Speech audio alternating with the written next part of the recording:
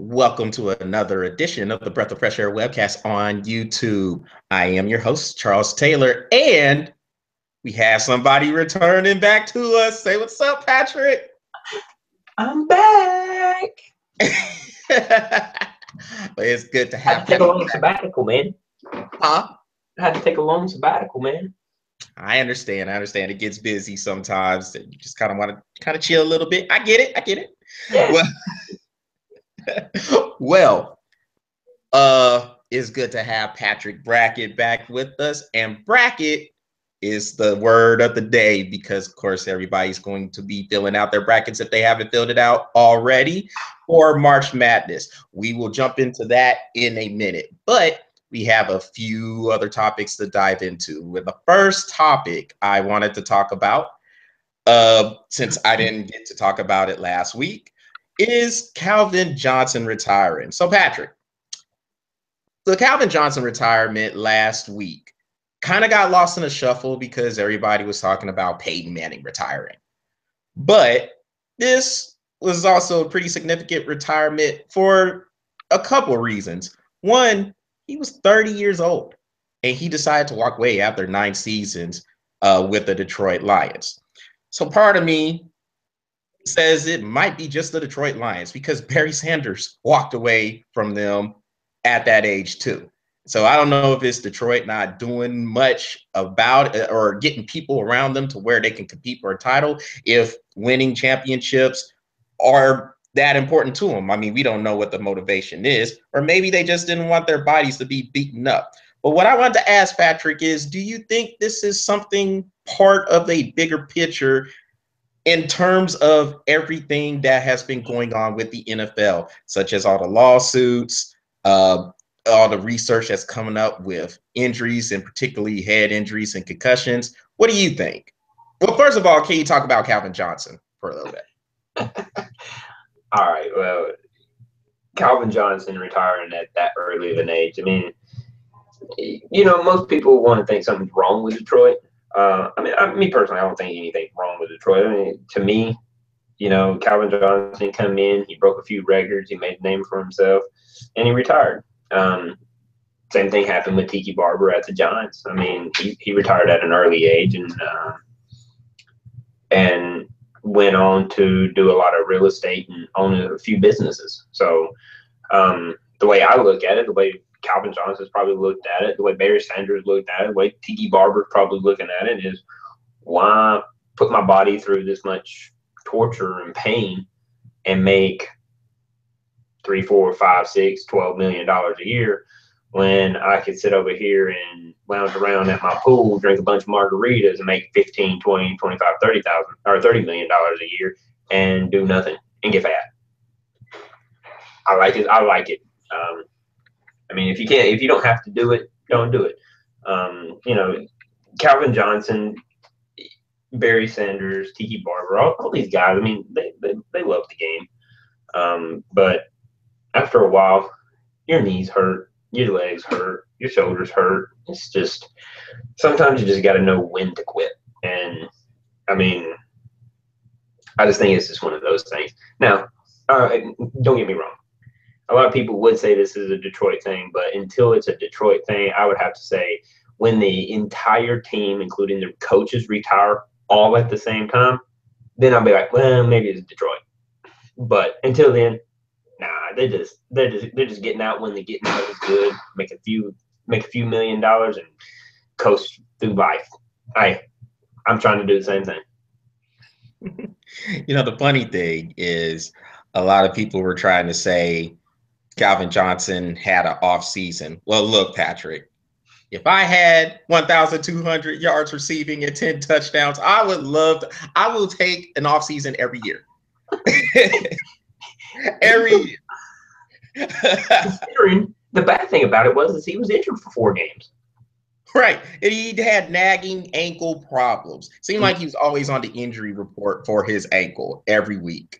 But yeah, I agree. I mean, I think a lot of these players now, well, I mean, when you think about the Green Bay Packers defensive lineman, BJ Raji, he said he's going to take a year off, a hiatus, maybe to recover his body, or maybe just to think about things if he wants to continue playing. You're seeing a lot more players do this now because maybe it's just the fact they don't want to continue going through the rigors of the preparation, the rigors of the games. Maybe they're thinking about other things, life oriented, and that's probably what it is. I mean, I think a lot of these players really are now starting to think about life after football, whereas before it was nothing for a person to play until they just couldn't play anymore. I think these people are really starting to think about what their life is going to look like after football. And I do think some of the research with concussions have a lot to do with that.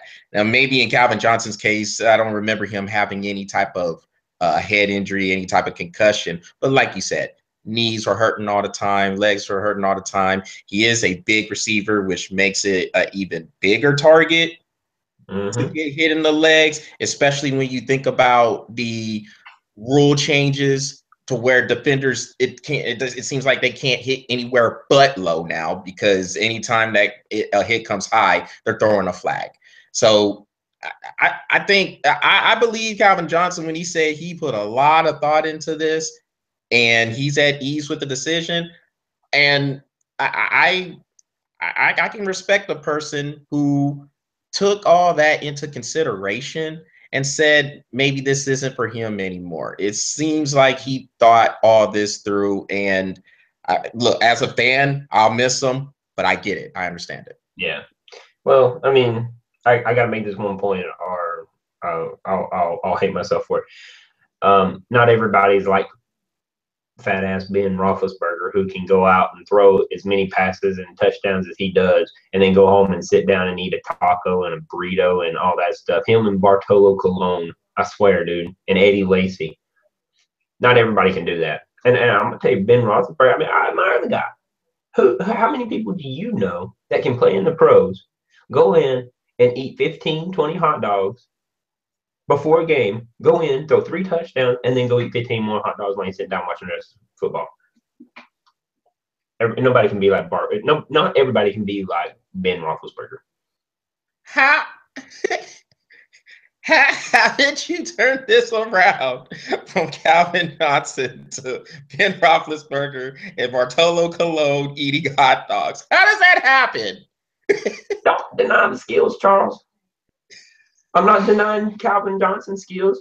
He's a great wide receiver. And Ben Roethlisberger and Bartolo Colon are excellent hot dog eaters. So, well, well, look. You're all right. You're right, Patrick. okay, They eat a lot. Exactly. I'm right. Okay. Look, you and I eat a lot. You and I are pretty professional eaters too. So, yeah, but at least we get back out and work out. Ben Roethlisberger's like, well, I did 20 curls. Beer. Yeah. Ben Roethlisberger, fat dude. well, look, Patrick, we're going to bring this back to Calvin Johnson real quick, and then we'll move on to the other topic with the NFL. But again, actually talking about Calvin Johnson, it does kind of go back to what we were talking about with the NFL and a lot of these players thinking about their careers, because one of the NFL officials on Monday finally admitted there is a connection between the NFL and the players playing for a while and all the concussions and stuff, and the traumatic brain injuries, in particular CTE, which I think you can check me up on this, fact check me, Patrick. It's chronic traumatic encephalopathy, something like that. That's a mouthful, and I ain't fact checking you on that. That's a mouthful. I can't even say it. I ain't even gonna fact check something I can't even say myself. just Google CTE and it'll tell you. But I believe you. I trust you. You good? Well, we'll go with CTE for sure. But the thing is, it relates really to Calvin Johnson and other guys who have stepped away from the game at a relatively young age, thinking about their careers and not wanting to be dinged up and messed up and just really not wanting their brains to be turning degenerate, basically. Mhm. And that's what CTE does. It's like a brain disease that just it makes you do things. It makes you lose memory. It's all kinds of crazy stuff. My question is why? Well, I kind of know why, but what do you think took the NFL so long to finally admit something the majority of us already knew? They got busted. I ain't gonna admit anything until I'm caught red-handed. I ain't stole cookies out of the cookie jar until you see my hand in the damn cookie jar, and even then I might still not claim it. But that's what happened. NFL got caught. They got caught with their hand in the cookie jar, and now they got to admit it. Personal Yeah. opinion. Plus, I mean, come on, it's Roger Goodell, dude. If you run by an idiot, you're gonna be an idiot. You know what I'm saying? Well, you know what, Patrick? Talking about the bigger picture, when it comes to this, the NFL taking so long to finally admit the connection. Let's remember, this is a $12 billion billion with a B. A 12. Oh, you can actually say 13 because I think they crossed 13 billion last year, dude. Well, whatever it is, they make a lot of money. It has a lot of zeros, regardless. I mean, a ridiculous amount of money. A ridiculous amount.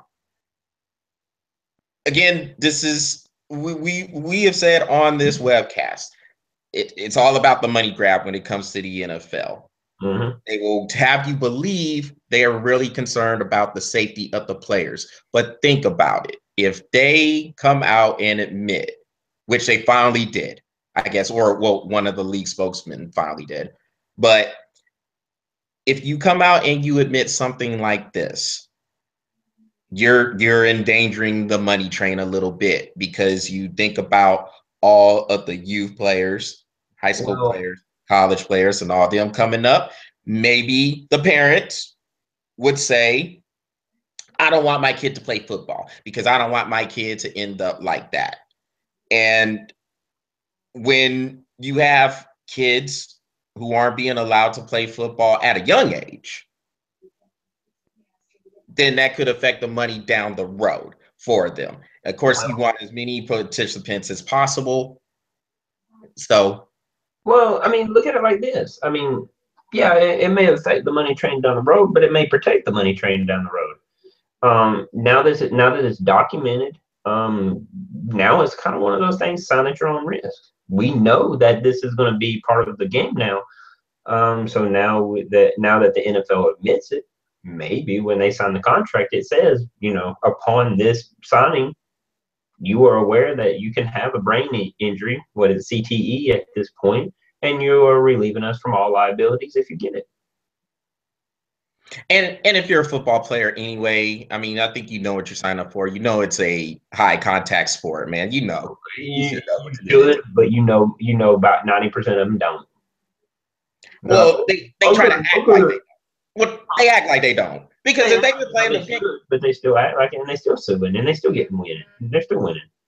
If you've been playing the game for a while, you know what the hell you got into. And a lot of times these players aren't trying to get seen by any type of concussion protocol doctors out there because they're just like, oh, well, shoot, man, just give me some salt. I'll be all right. Let's shake it off. Let me get back in the game. Let me wash my hair with some Epsom salt. It'll be good. Yeah. And so they're trying to protect, they're going out there because, I mean, they want to play. And so. Well, and if they don't play, they ain't getting paid. Yeah, exactly. So I think sometimes you have to protect the players from themselves, obviously, but it's one of those things where I mean, I guess you're right. I mean, you might be protecting the money train at the end, but I think that's why the NFL tried to keep it under wraps for so long because they didn't want to mess with that. And then when all the pressure came from the concussion movie, from the doctor who I guess discovered CTE, and also from I did say the lawsuits, right? Did I mention that? Mm-hmm.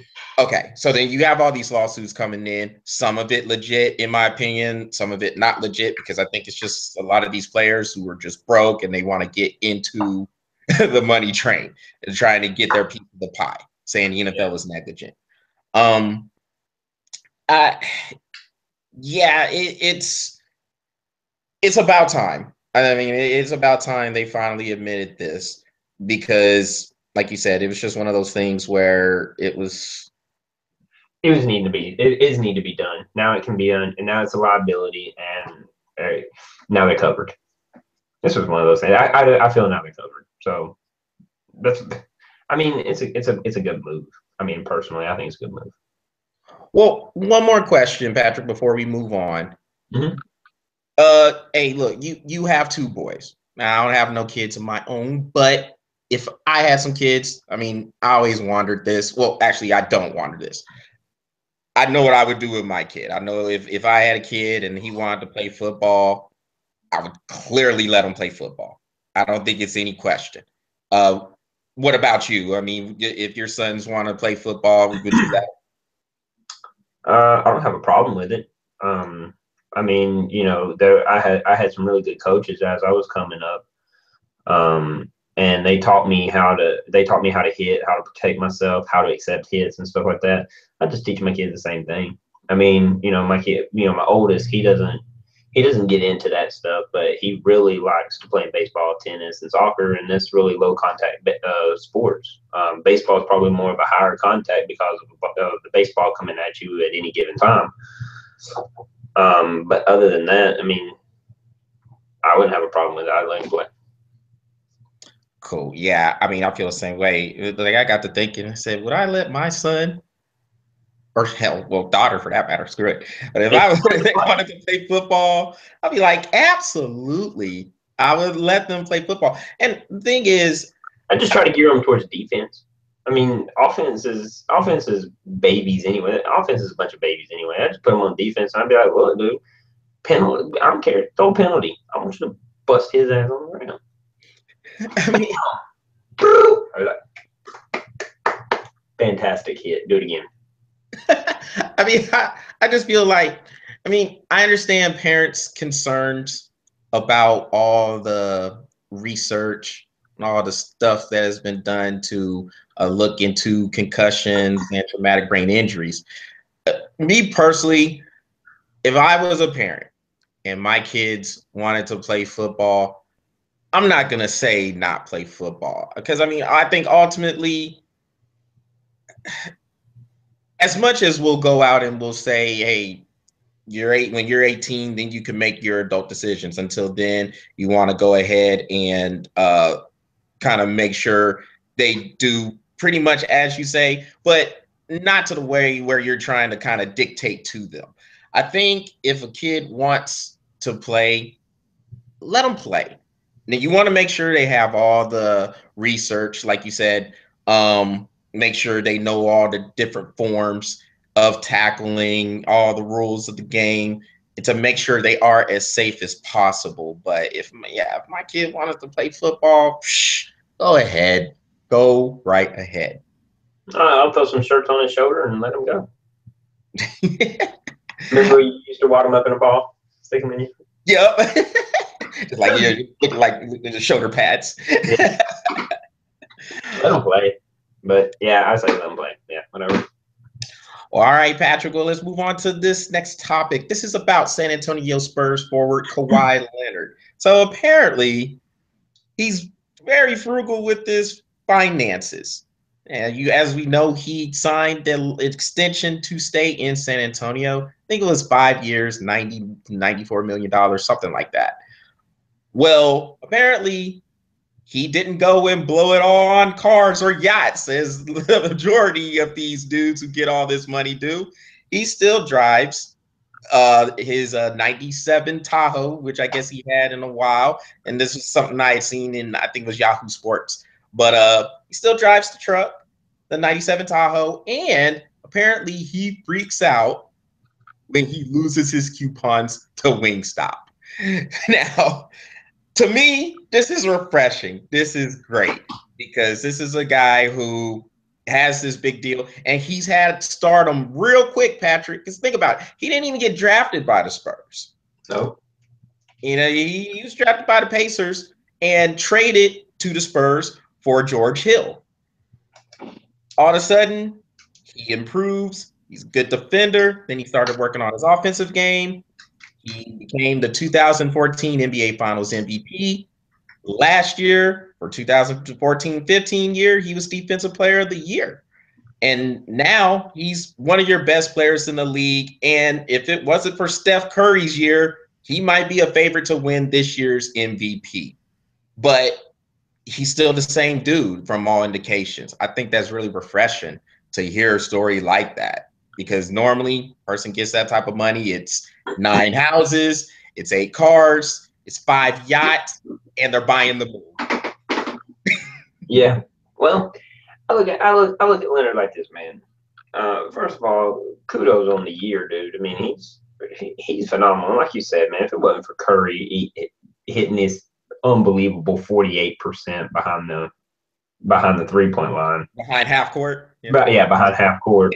I don't even know how he does it. 48%, dude. Well, if it wasn't for this crazy year that Steph Curry is having, absolutely he should be MVP. I mean, making a statement with it too. But I have a theory, and one of the ways that the rich stay rich is to keep money in their pocket. And Kawhi Leonard is doing what he needs to do to stay rich. He probably doesn't know exactly what he wants to do to invest that money yet, but eventually he'll know. And if he wants to throw about, I don't know, 250,000 my way, well, we won't be opposed. We won't be opposed. I won't be opposed at all. It's a good investment. So, but no, I like where his head's at, man. He's real down to earth. Drives his 97. I mean, don't get me wrong, man. It's 97, dude. I'd probably come on. It's a 20-year-old car. I mean, at least bump it to a 2000. Come on. But other than that, do what you do, man. There's a reason why where you're at. You just keep doing what you do. Yeah, I mean, it seems like he's one of those guys not really worried about getting into a big market and trying to get that stardom that way, maybe be in the movies or whatnot. Now, San Antonio, for those who don't know, San Antonio is a big city population-wise, 7th largest city in America. Market-wise, not that big. So it's kind of, I said at all. At all. So, I mean, it's one of those spots where you can kind of be yourself. You can be yourself and nobody's really bothering you about it. You can go about your business. You don't have a whole bunch of cameras following you. You don't have the paparazzi all over the place like you would in cities like New York or LA, or even up here in DFW to a degree. But I mean, I think it's a perfect situation for him, and you could just come in, you concentrate on basketball, and I mean, give the man credit. He has become better each and every year. Some aspect of his game has gotten better. You said in 2013, we knew he could play some defense, but the offense wasn't quite there with it. Then he started being more aggressive offensively, developed a good mid-range jumper, and then developed the three-point shot. And 2015, it's the major package. Everything's coming together. And now he's one of the best players in the league now.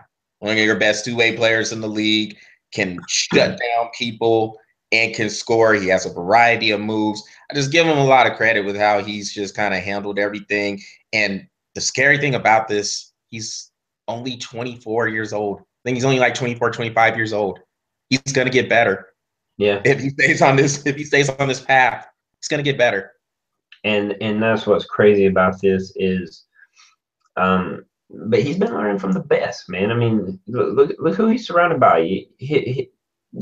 One of the best drivers in all the, two of the best drivers, Tony Parker and Ginobili. All right, let's start there for a second. These guys are just flat out. They're good. I mean, they really are. Manu Ginobili, when he was in his prime, this guy was one of the best mid range jump shooters in the game. I'm gonna say he's one of the. I'm gonna say this, Patrick. I'm gonna say he was one of the best players in the world. You can remember, man, when he was on Argentina, he was killing the U.S. in these games. That's killing. True. So when you look at Ginobili, one of the best mid range and long range shooters that you can possibly have. Then you got Tony Parker, who is a mid range, short range, and passing machine. I mean, just flat out can do the game, can do it all. So now he's learned from those two. So he has a short range jump shot, mid range jump shot, long range jump shot, can drive because both of them can drive, and now he can pass. All right. So just between those two, he's a total package on offense. Then you got Tim Duncan, who is just flat out one of the best inside men in the game today. Even at 90, he's still the best. His clutch shooting is bar none, probably even some. I've said this before. I think it's better than Michael Jordan's. And his defense is fantastic. So just between those three right there, he's getting a total package in being basketball. And the funny thing is he's just now becoming the man behind San Antonio. He is just now starting to be the man. Yeah, between him and LaMarcus Aldridge, yes. And between him and LaMarcus Aldridge. So with a person that's coming into the league, I think he came in at 20. So a person that came in the league at 20, who does not have he doesn't have the pressure of being the face of San Antonio. He just works on his game, gets his max deal. Now he's the face. He's had 5 years to learn. He's had 5 years to practice. He's had 5 years to put it together. And now he's 24 years old. He's smart, max deal. He's not out flaunting it like Johnny Manziel and LeBron, idiotic James. Here we are talking about a man that is 24, 25 years old and is probably handling it better than most 30. Yeah, it says a lot. It says a lot for and now this man is able to carry a team, which he showed, for the past 2 years, he showed that he can carry this team on his back. And like you said, the scary part, he's 24, 25 years old. This guy he's not even hit his prime yet. So I like where he's at. I like his path. He's going to be a fantastic player. Yeah, I love his path. And if he keeps that mindset to where he's like, man, shoot, I want these coupons at Wingstop. Look, if I got some coupons to Popeyes and I lost those, I would be hurt. I would be heartbroken too. So, you know me and chicken. Oh yeah, I know. I got a stack of coupons like this to Smash Burger, dude. And every time I go to Smash Burger, it gets a piece of paper shorter. Yeah, it's stacked like that, dude. And it gets a piece of paper shorter every time I go. Oh boy. Well, hey, like I said, that's a refreshing story to me. To kind of hear that, man, it's refreshing because in a me society, in a society where people get a little bit of money and they go and blow it on stupid stuff, it's good to know that somebody is keeping their humble roots.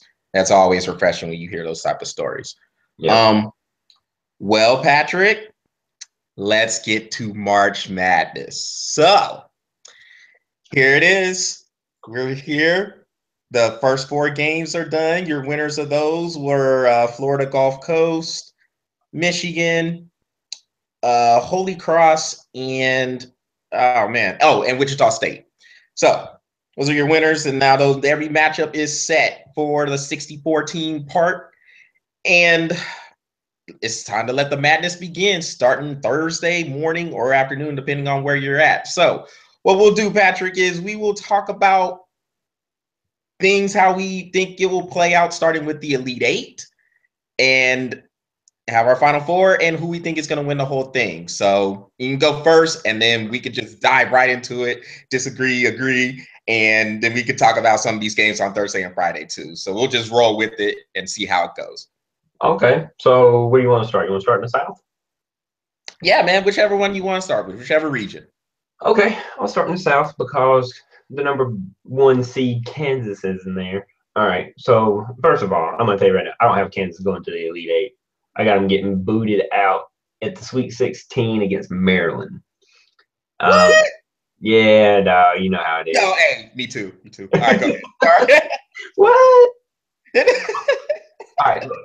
All right. First of all, this Maryland team is straight out rolling. They're rolling. They're a good team. They got a lot of depth and they're fast. Kansas is good, but Kansas has 3 good players, and at some point they're going to have to sit them. Maryland, on the other hand, they have 6 solid players. They're coming off the bench with some. Sometimes their bench players score more than their starting five. That's crazy. So yeah, I got Maryland coming out of. I got Maryland versus Iowa. A lot of people. I've actually talked to a lot of people. They tell me I'm crazy because I don't have Villanova coming out of this. But honestly, I'm not sold on this Villanova team. I don't think they have a lot of depth. They're not quick. They are quick actually, but they're not disciplined. When I see them play zone, they just really don't play zone the way they should. And man to man, they lose each other all the time. So I'm not really sold on this Villanova team, and I'm not sold on Miami.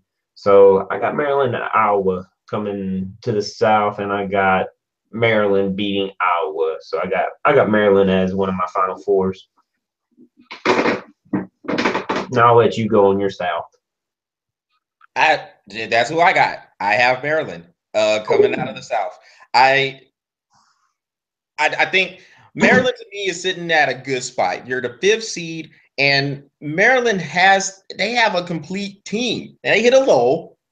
They hit a low in that Big Ten season, but that's gonna happen. If you're in one of those conferences where you have a lot of good teams just kind of beating up each other, that's gonna happen. Mm-hmm. But Maryland with the guard play, Melo Trimble, Rasheed Suleiman, you got those big dudes, you got Diamond Stone, Jake Layman, and Robert Carter. Those guys, and then the bench depth they have. I like Maryland to beat Kansas in the Sweet 16. I think that is a dangerous matchup for Kansas, and I don't think they will survive it. So, yeah, I have Maryland. Actually, I have Maryland beating Miami in the Elite Eight because, yeah, I'm not sold on Villanova either. And I'm not sold on Villanova at all, actually. And then I just kind of the way I looked at the matchups, I had Miami beating, I think I had them beating Wichita State. Yeah, Wichita State in the second round, and then beating Villanova. I actually have Villanova actually getting to the second round or to the Sweet 16, Miami knocking them out. And then, I got Maryland winning that. So, I got Maryland coming out of the South. Okay. Yeah, fair enough. I mean, I looked at the Iowa Villanova game. Like you said, like we said, Villanova's just not a strong enough team. Miami looks good, but they go in and out. But I thought they were strong enough to beat Arizona, which is who I had beating Wichita State. So I got Arizona going in against Miami, and then Miami waxing Arizona. I think that's where Miami was going to hit their peak and wax Arizona, and then come into Iowa and just get annihilated. And then guard play. We've said it many times. Maryland's guard play, dude. Guard play is like a hot goalie in NHL, man. Maryland's fixing to get hot, and I think it's going to happen. And this team looks scary, dude. Especially with the seat that they got. I mean, come on. First game, South Dakota State. Second game, Hawaii, which I have Hawaii slaughtering Cal. Me too. Yeah, I think California is grossly overrated too. But yeah. And then their first real matchup is going to be against Kansas, and I think these boys are going to be rested. They're going to be ready to go, and I got them coming out of the South. All right. Well, so we agree on the South. Let's see how the other 3 regions go. Let's go to the What was it? Okay, so the South winner plays the West winner, I think. Let's Yeah. talk about the West. Okay. You want me to go first? You got it. You can go first. All right. Well, I got Oregon. First of all, Oregon. I don't have them. I'm not going to who's coming out yet. But I got Oregon. To me, they got a pretty sound, easy road to the Elite Eight. Come on, Holy Cross, St. Joe's, and Baylor. That's who I got. Because dude, I'm never sold on Duke. I don't ever that Look, team. you were sold on Duke at one point, man. You're just mad because they got knocked out the first round that year. I have Duke going deep and they get knocked out in the first round. I have them going out in the first round. They win the championship. I hate that team. Duke scares me, but I'll get to it in a minute. Yeah. I'll tell you where I have them, but yeah. And then I have Texas A&M going against Oregon. Now Texas A&M, they have a hard road, but I think they're good enough to do it. They have Green Bay, which would be very easy, and then Texas. Texas is probably going to be that's just going to be a flat out slugfest all game. I feel that was going to be a high scoring game, probably like 89, 92, or you might see one of those teams hit 100 in that game, but it's going to be a straight out slugfest.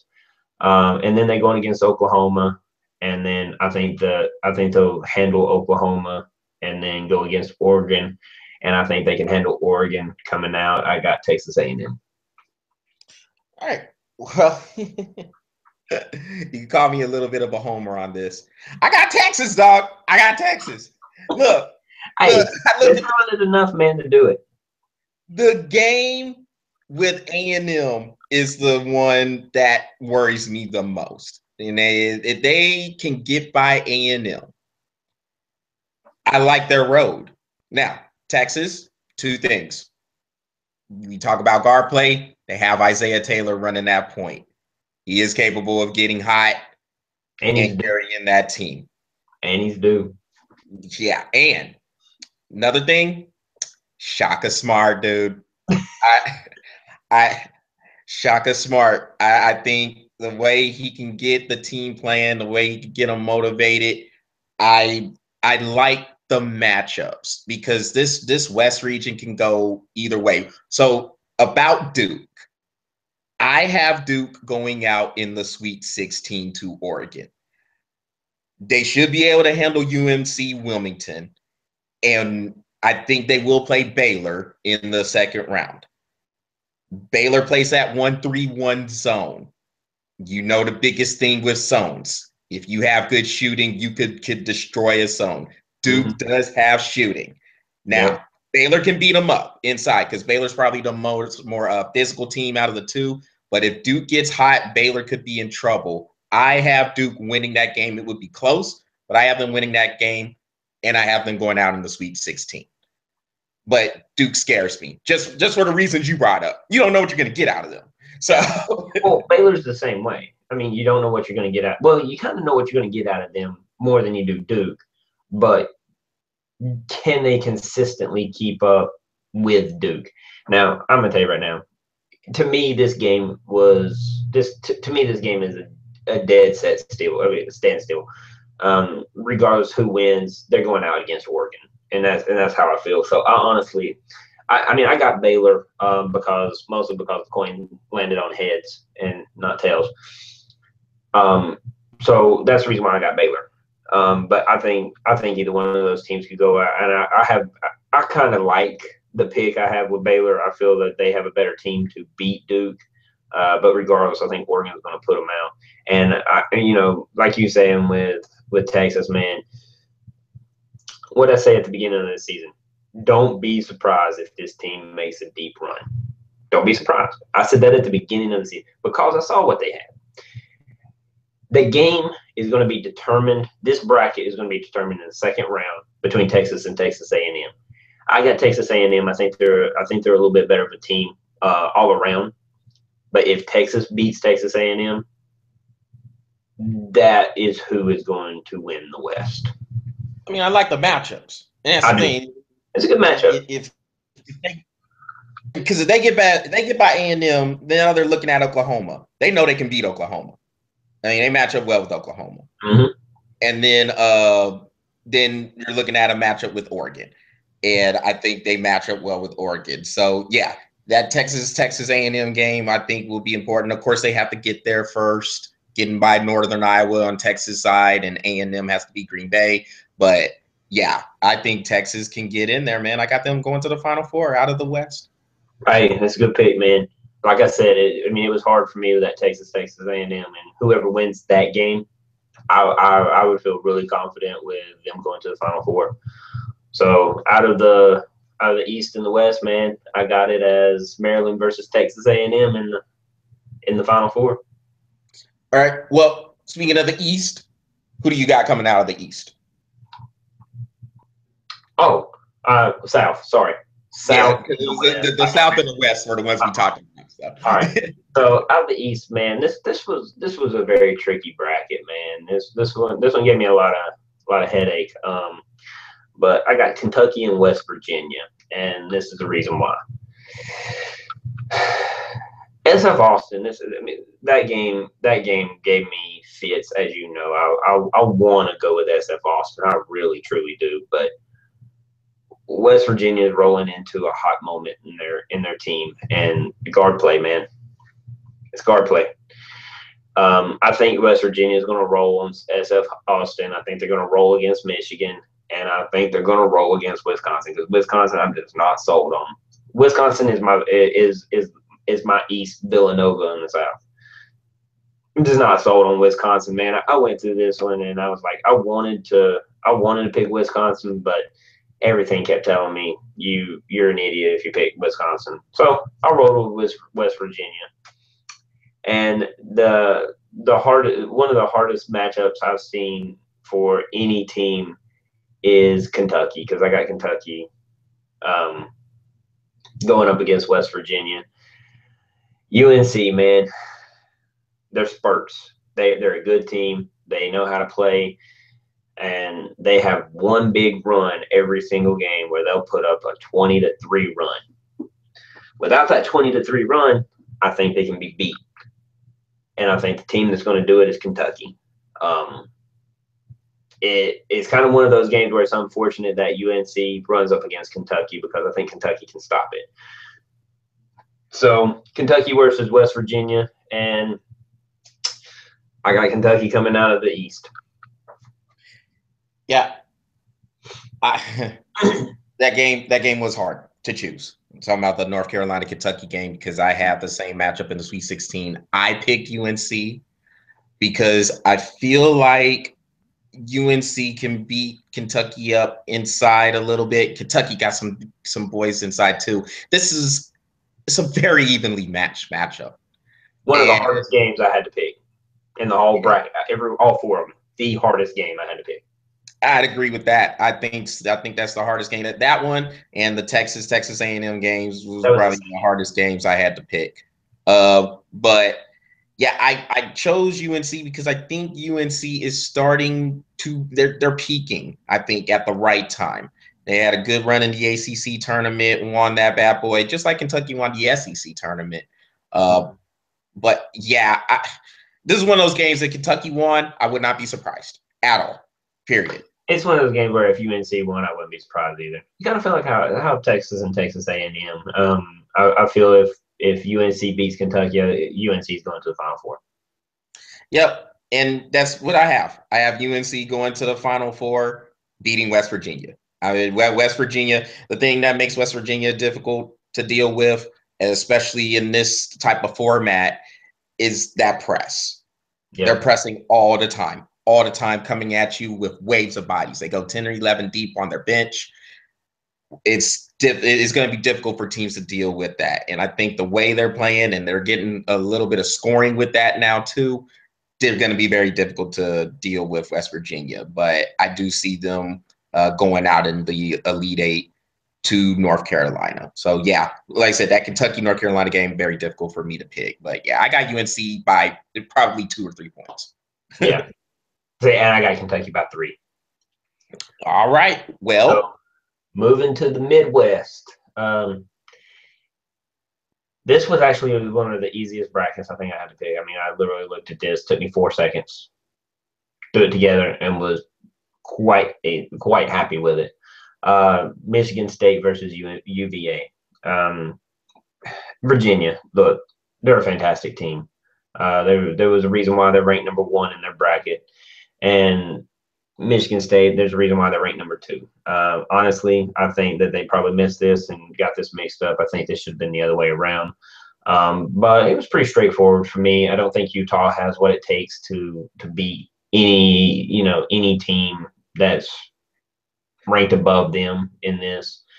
So when they run into Michigan State in the Sweet 16, I think Michigan State rolls, and Virginia, they really only have one matchup that really can give them a lot of headache.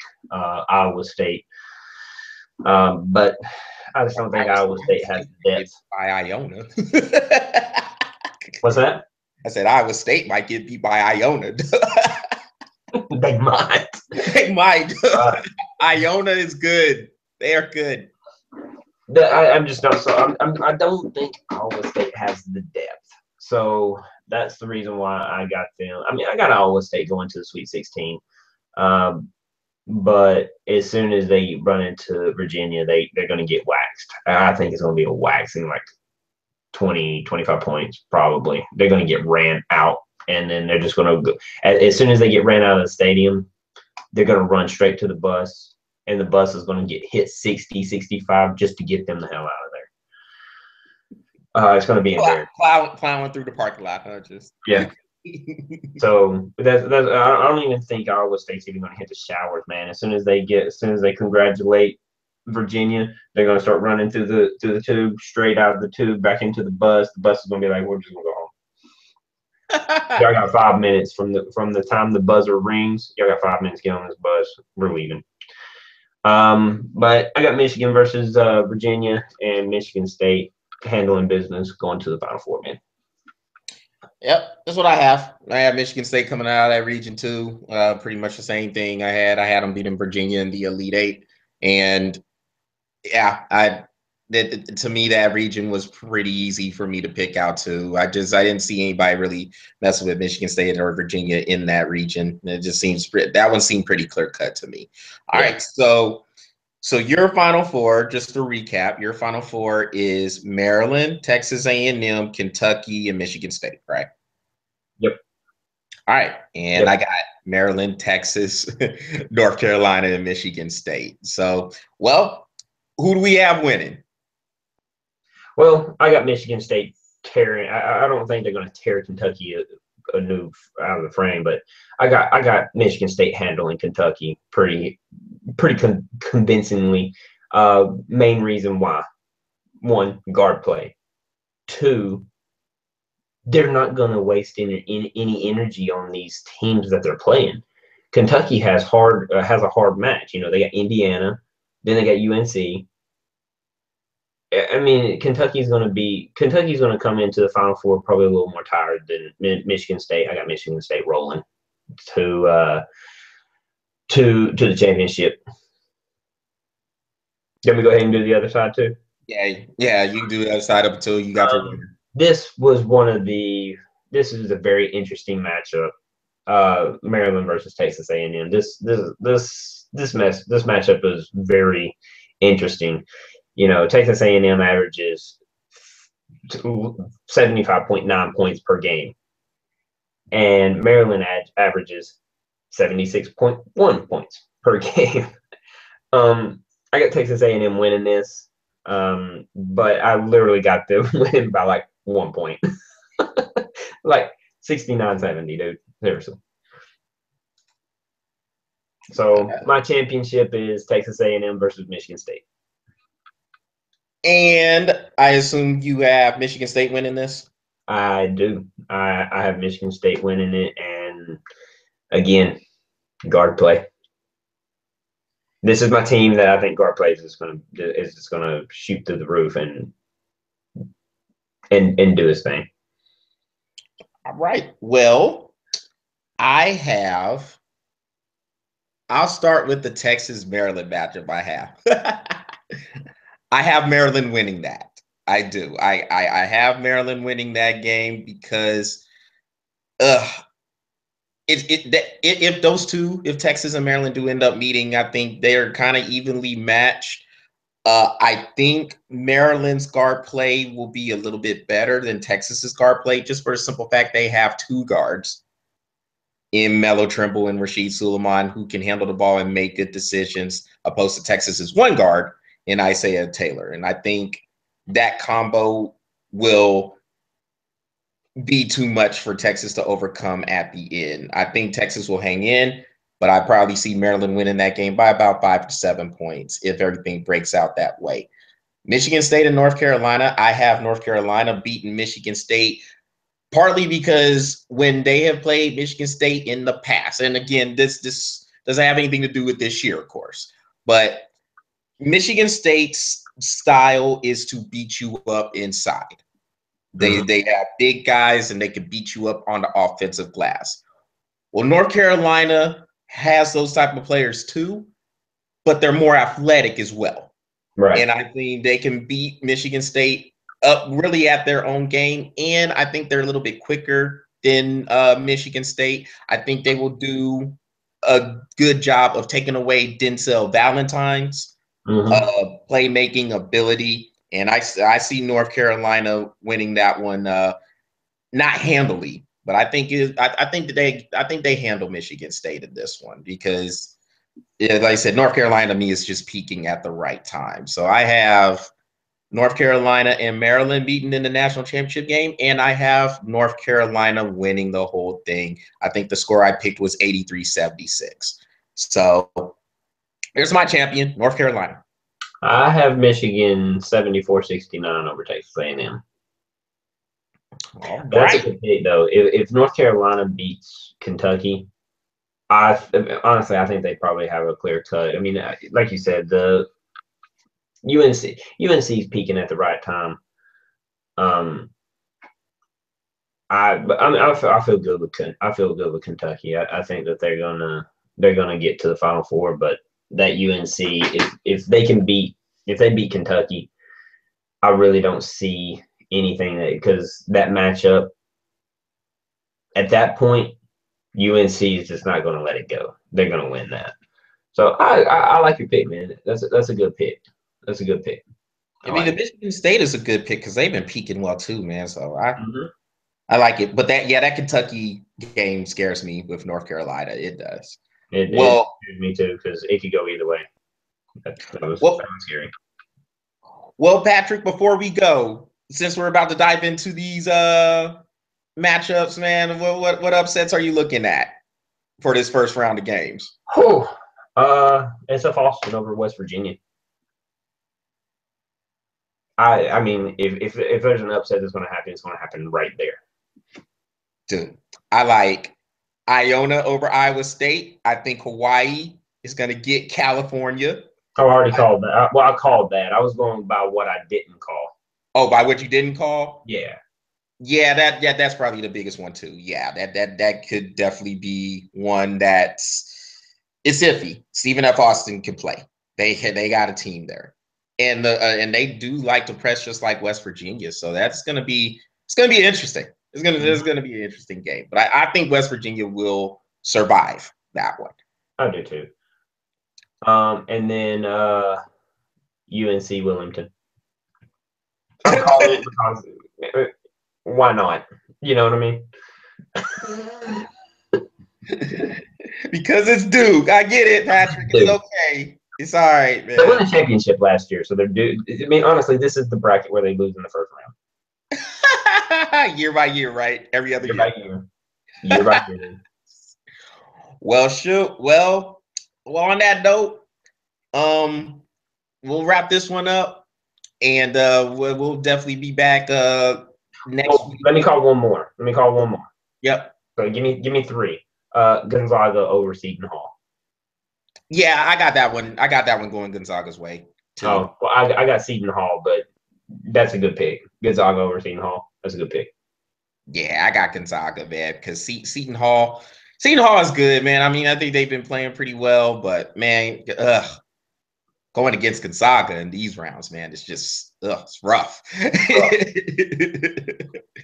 Well, all right. Well, we'll wrap this one up, Patrick, and then we'll be back next week to talk about how the first round and the second round of games went, and also we have to get on this baseball preview because baseball will be starting up in late March, early April.